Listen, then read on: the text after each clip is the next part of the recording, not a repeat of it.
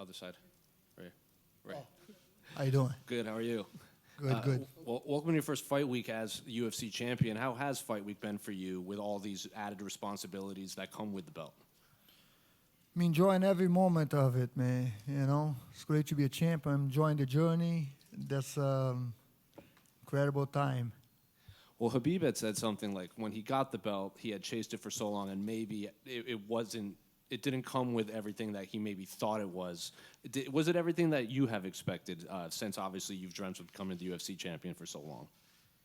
Well, yeah. You know, being a champ of the world, like people keep asking how your life has changed. You know, after winning the belt. You know, I will say the same thing. How I don't have the answer. I'm like, why would it change? You know, like because I'm just humble, normal guy, and just being a champion is just a title, and it's just accomplished that I chased it for so many years, and is incredible. It's great to be a champion. And then you're one of those rare champions. When you won the title, you pretty much knew who you were going to fight right away. They've showed that clip of you meeting Jiri backstage in Abu Dhabi saying, well, you're next. So what do you make of his skill set? A lot of people online compare him. It's like a light heavyweight Tony Ferguson. Just he's kind of an out there character. He's very flashy in the octagon. So what do you make of his skill set? He's a striker, a unique fighter, unpredictable, and me with my experience, and man, I like the challenge. I want to prove to everybody, all you guys, all the fans, and most of all myself, if am I ready? Am I the real champion? And I'm just gonna go after this guy, And I saw that he was there cutting the weight, and he was the next in the line. As a fighter, I know how good he is. And I like the competition. I like the challenge. He was in here earlier, and he said in the year off he's had between fights, he's worked a lot on his grappling and his wrestling because he knows that was his biggest weakness. So are you expecting maybe a different Jiri in there, knowing that he's preparing for you specifically? For sure. He's going to be different, could be better for him or worse, because he was doing really good doing what he was doing. Right now, he's gonna change it. Who knows if he's gonna change it? I'm prepared for that Jiri. I'm prepared for the Jiri that I saw.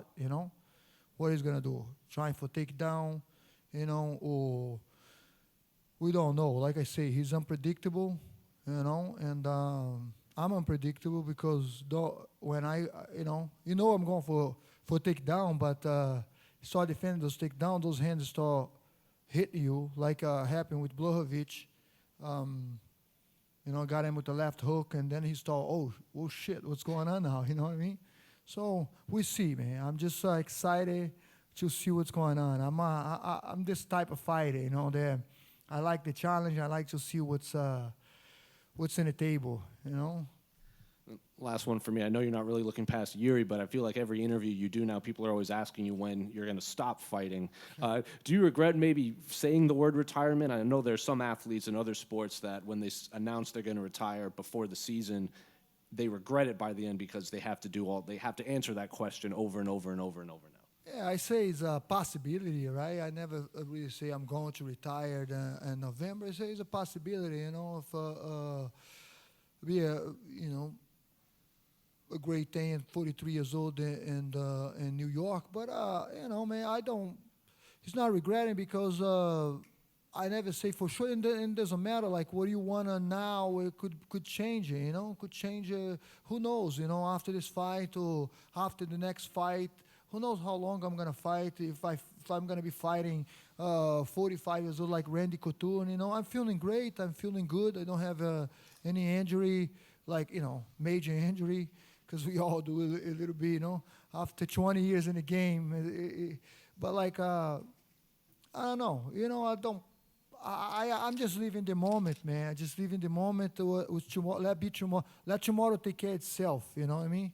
But people keep asking when you retire or this or that. I'm like, I guess that come because of the question. The guy keep questioning, you think you retire and everything? So I just say that, and like, it happens all over the place, And Going off that, I mean, if you win this fight and maybe the next one, and you do start having real thoughts of that, do you think the UFC is going to try to kind of push back? It seems historically they don't love when a champion vacates the belt. In your position, given your age, it would be understandable, but it kind of resets the division. John Jones did it, and it's only getting stable again now. Do you think they'll try to fight hard to keep you around?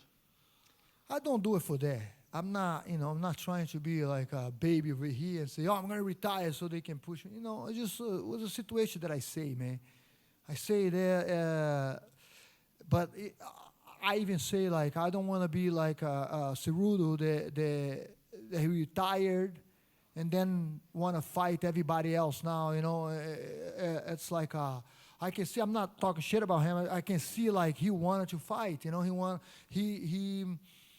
he didn't want to retire, And me, always gonna. I tell my wife, I'm always gonna make this decision at home, No matter what happened in a fight, win or lose, I'm probably never gonna make that decision in an octagon. I'm going home, and the day that I don't feel like I want to train and I want to do this camp and I want to, keep going, or because you can feel it, like in the training.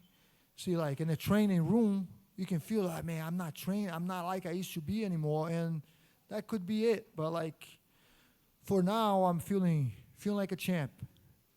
And going off what you guys were talking about earlier about Jiri saying, he might adjust his approach to the fights based around you. Is that already a win for you in a way that he is thinking so much about what you're going to do in there that he's changing himself instead of just fighting his fight regardless of the opponent? No, my winning will be in the octagon. I don't believe anything those guys say, my opponents say. Never believe you enemy. Not my enemy, but just going over there, and I'm excited to fight. And man, I'm expecting the unpredictable Jiri, the very good striker, move around, move his head a lot, and we prepare very good for that. And every fight is different. For Blachowicz was one thing, for Thiago Santos another thing, because Thiago is just stay back and throw fire, fast punches. So you just adjust a little bit on your game, but at the end of the day, you can't change it that much, right? You can't change it that much. Like you see me changing after a few losses that I had.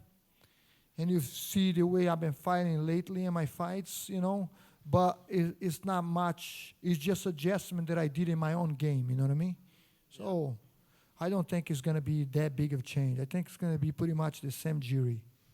And what do you think this fight means for your legacy? I mean, a title defense would be awesome, but you see some of the all-time greats in the sport. They're able to beat guys who started the sport before them, who came up at the same time, and then guys who started years after them, and that's kind of the case with this fight. If you can beat a guy like Jiri, who is considered maybe a different generation from you, do you think that does a lot for your legacy?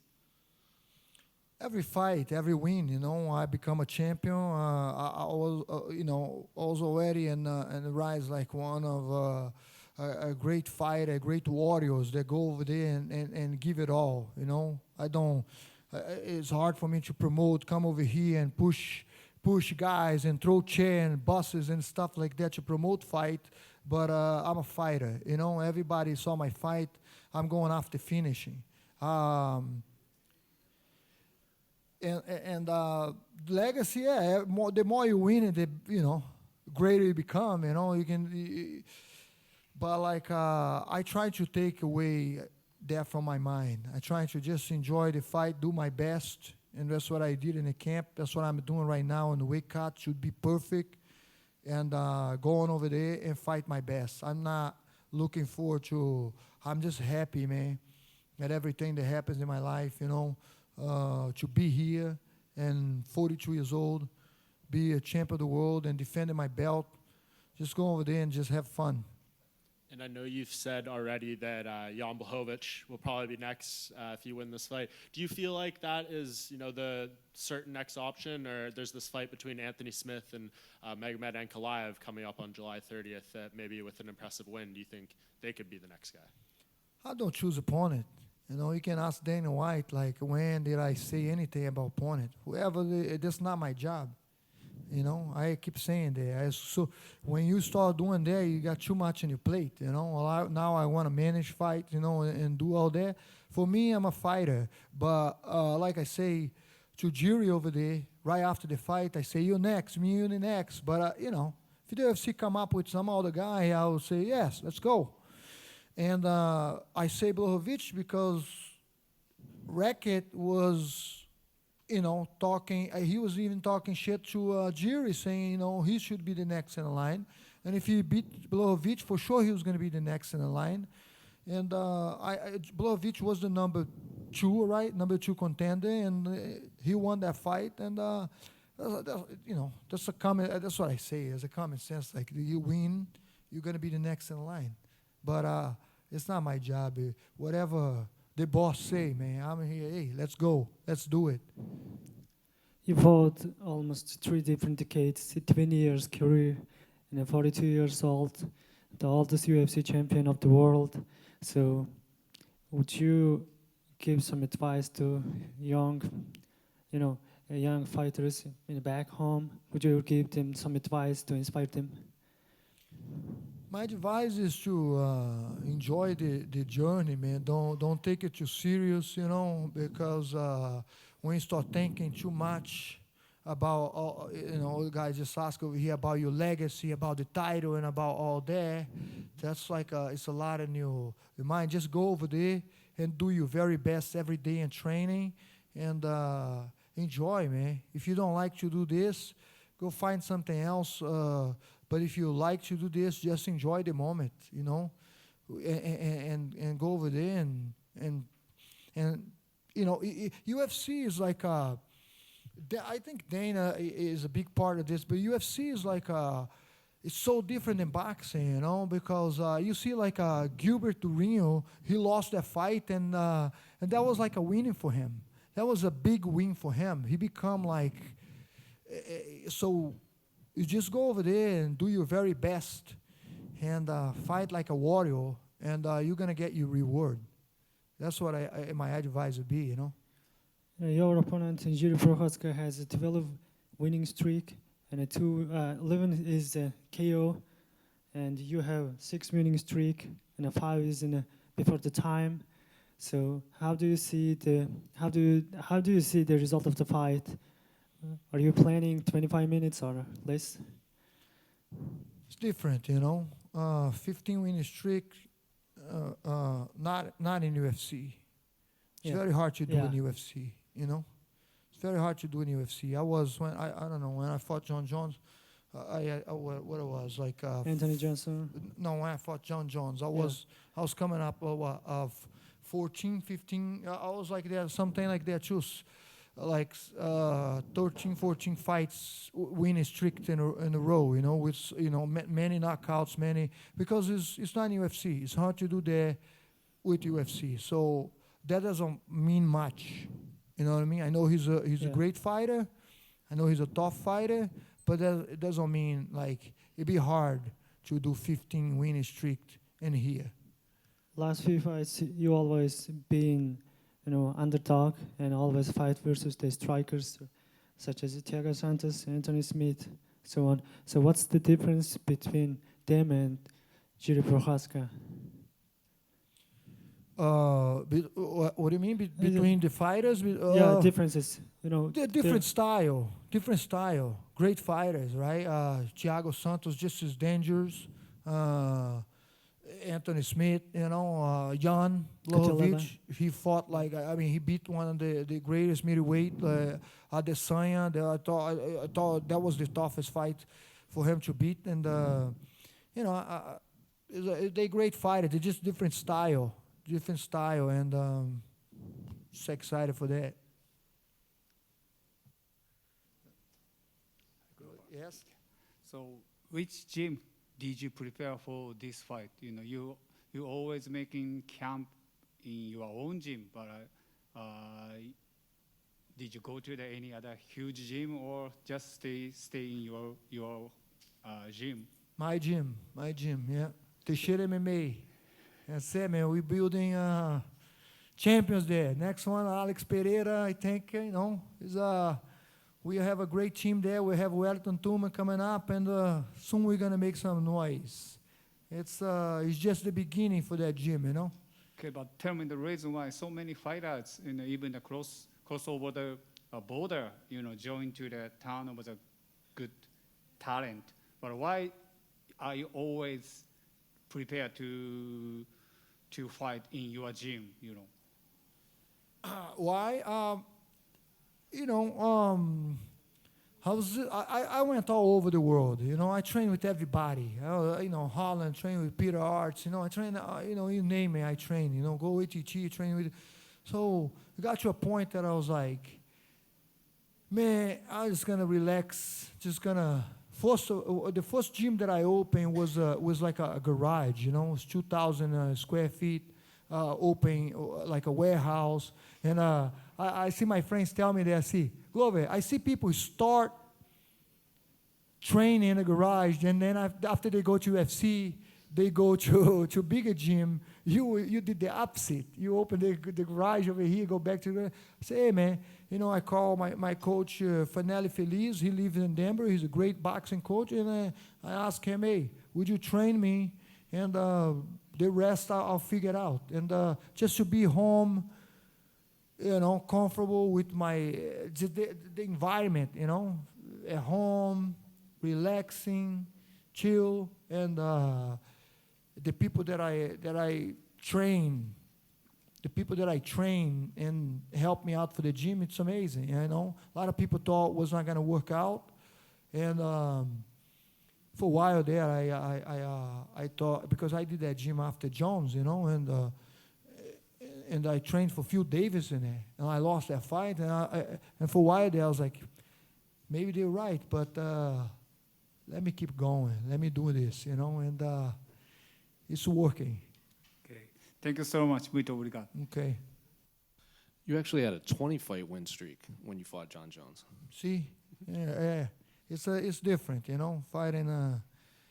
It's different, and it's hard to put 25 winning streak in UFC. You know what I mean? How many Khabib had? Like 10 fights. Yeah. Khabib was 10 in UFC straight. Yeah, John Jones too. He got, but like what 10 too is hard to do. Hard to do, man. 10, 15 fights over here. Yeah. Huh? Anderson had the record with 16. 16, yeah. Anderson Silva, the greatest of all time, right? Usman's sitting at 15 right now. Yeah. I mean, but it's not easy. You know what I mean? I didn't say it's not possible. It's not easy. And Joanna was in here, and she said, I'm almost 35. I'm old now. You're almost 10 years older than her. So did you expect to be competing this late into your career, past 40 at this point? No, like talk about retire. I say that before. I say, hey, man, I'm 32 years old. I signed with UFC because when I was in Brazil waiting for my green card, I was like, people say, everybody, you think of yourself, I'm losing my prime over here. I'm 28 years old, 29, 30 years old, and I'm beating everybody and thinking man, this is because I shake Dana White's hand after Sacudio fight in 2006, and he said, get your situation figured out, and we sign you right away, man. And that was 2006. I was 26, 27 years old at that fight, and I thought I was losing the prime, but when I signed with 32 years old, I say, hey, man, if I fight in UFC until I'm 40, I retired. And, hey, it's too hard to retire, You're preparing Alex Pereira, and how do you see a future of the Alex Pereira? Alex is a workhorse, man. Like I say, Rio recognize Rio. As soon as he come to that gym, he say, that's what I want to train. And perfect fit, right? He's a striker. He's the best kickboxer that wrestle, you know what I mean? Because very hard to take down, very strong, and he's a workhorse. I believe that he's gonna have a tough fight ahead of him. I believe he's gonna win, and he's gonna win the title. I truly believe that. The truth is, if he won the Sean Strickland, he's going to fight title next. Say it again.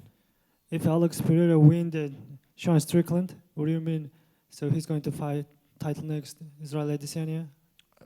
I don't know. I mean, that's what we think. That's what we hope so, you know, because it's right there. And Adesanya and him will be a great fight. That's all depends on, you know, the whole situation, Dana and Adesanya, if he really wants to take that fight. Because Alex Pereira beat after Israel Adesanya 2 times. One is knockout in the same year. So, what do you think about Alex Pereira when he will meet the Israel Adesanya?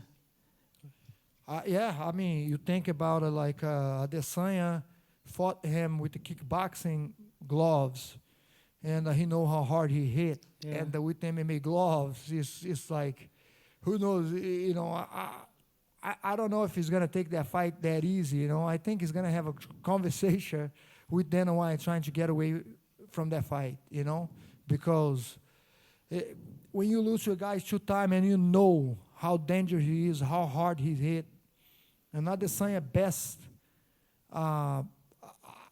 I mean, looking at Adesanya against Blachowicz, his best chance to beat Alex is stand-up, you know, and he already lost 2 times, so it's going to be tough for him to fight Alex. Yeah, Alex Pereira, Israel Adesanya almost cleared of the middleweight division, so I think only man stayed in there, and Alex Pereira might be winner of the Sean Strickland, 1 more fight, and after that he should meet Israel Adesanya. So what do you think about it? He deserved it? Will he deserve it in a 2-3 fight, 1 or 2 fight win after he's going to meet Israel Adesanya? Yeah, I mean, I think so. I mean, I don't know. We just working, man. We're just doing our work, you know. He beat in Strickland, and hopefully he fight with Adesanya. If now we got another one, you know. It's not like we see. We're not worried about it too much.